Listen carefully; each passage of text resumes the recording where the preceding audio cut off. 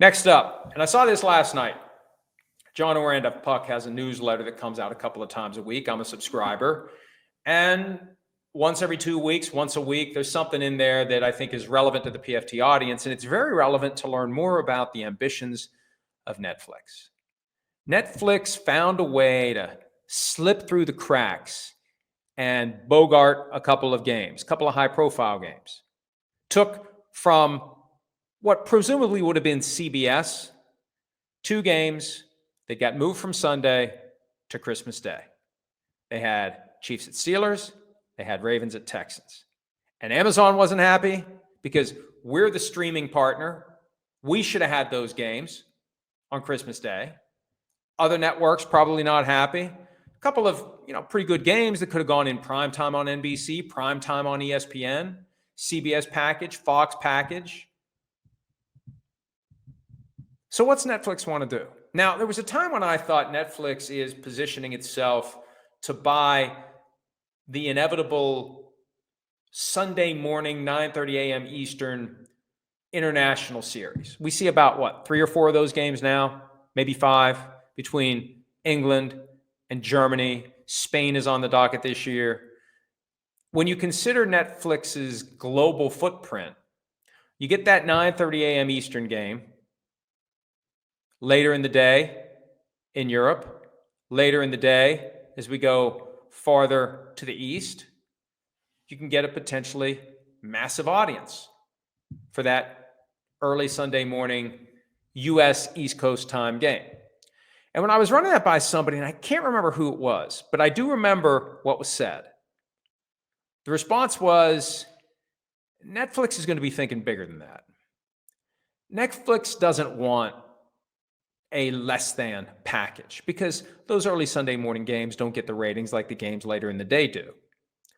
So the news from Puck yesterday, the Netflix chief content officer said on a Puck podcast that they're interested in a Sunday afternoon package. I saw that and I said, whoa, this changes everything. You've had Fox with the NFC package since 1994. They took it from CBS. You've had CBS with the AFC package since 1998. They took it from NBC. NBC was out of the NFL altogether until Sunday Night Football in 2006. Could a streamer come in and take a full Sunday afternoon package? I mean, never mind the fact that they'd have to put the apparatus in place to work 6-7 games on a Sunday. Never mind the fact that fans would be relegated to purchasing Netflix to see those games. Now, in the local markets, the games would be available on free TV. The NFL always does that for games that are on cable or streaming. There's an arrangement for the games involving the teams in a given market to be shown for free. But you're going to miss a lot of other games unless you buy Sunday Ticket on YouTube TV. So this potentially will change everything. And it's not something that comes next decade. The current broadcast right deals have a clause that lets the NFL to get out 4 years early. 2029 season would be the last year of the current deals. I fully expect that the NFL is going to cancel the current deals early. Once the NBA got its latest TV package, I said, shit, NFL's definitely pulling the plug. And the key is this. One of the reasons why the league's broadcast deals keep going up and up and up, and every time there's a new deal, people say, oh, this is ridiculous. How's the network going to make money? How can they justify it? And then they pay it up, and then the next time around, they pay even more. One of the keys to doing that is to have more seats at the table than you have plates. And now that we've got NBC, CBS, Fox, ESPN, and Amazon, you got 5 plates. If you can bring a 6th person to the party, or a 7th, or even an 8th, the price of the plate goes up. If you want to keep your plate, you got to pay up. And if you want to take somebody's plate, you really got to pay up. But we'll get back to you after we find out whether or not the person who currently has the plate will match or beat what you've offered for the plate. That's the game. And that's good business. It's good business. Might affect NBC in a very significant way come 2029. I might no longer be affiliated with NBC for reasons other than they finally woke up and fired my ass. But that's the game that's coming. And it's 4 years away.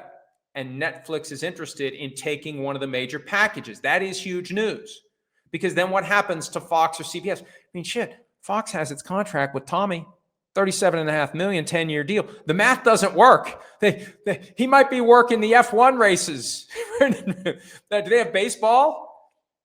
He might be on some other sport at Fox if they would lose it. So if Fox keeps it, CBS might be in trouble. Maybe CBS swoops in to take Sunday Night Football. Maybe NBC takes Monday Night Football. But wait, if ESPN owns and operates NFL Network and Red Zone, maybe they get preferential treatment.